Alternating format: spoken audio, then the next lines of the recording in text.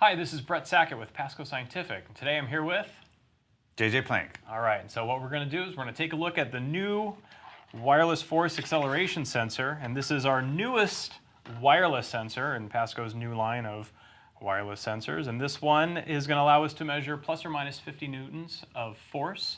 It also has a built-in 3-axis accelerometer, which is going to give us the ability to measure X, Y, and Z components of acceleration, as well as the magnitude of the resultant.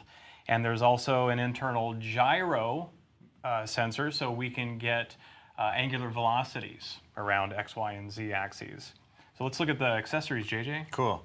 All right, so in the box, there's a few little things that come with it. First is a USB charging cable here.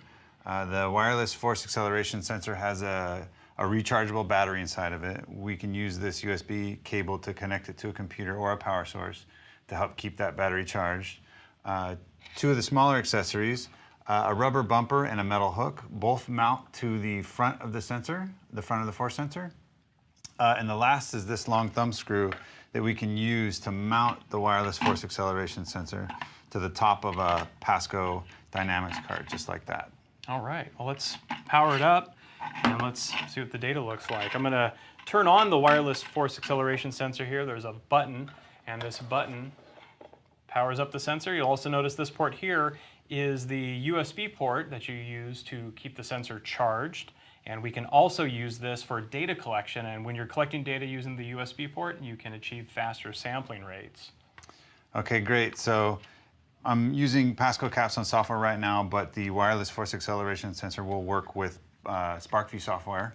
In PASCO Capstone, there is a list of all of our wireless devices, and they use a low energy Bluetooth 4.0, which lets us connect them within the application. A single click there on the sensor in the list, and it connects it to the software, and we can use it to collect data just like we can in the other sensor. All right, and so we're going to power up this second force sensor here the same way, and JJ's going to connect that. And what we're going to do today is we're going to look at the forces between these two sensors. We're going to couple them with a rubber band, and we're going to look at Newton's third law.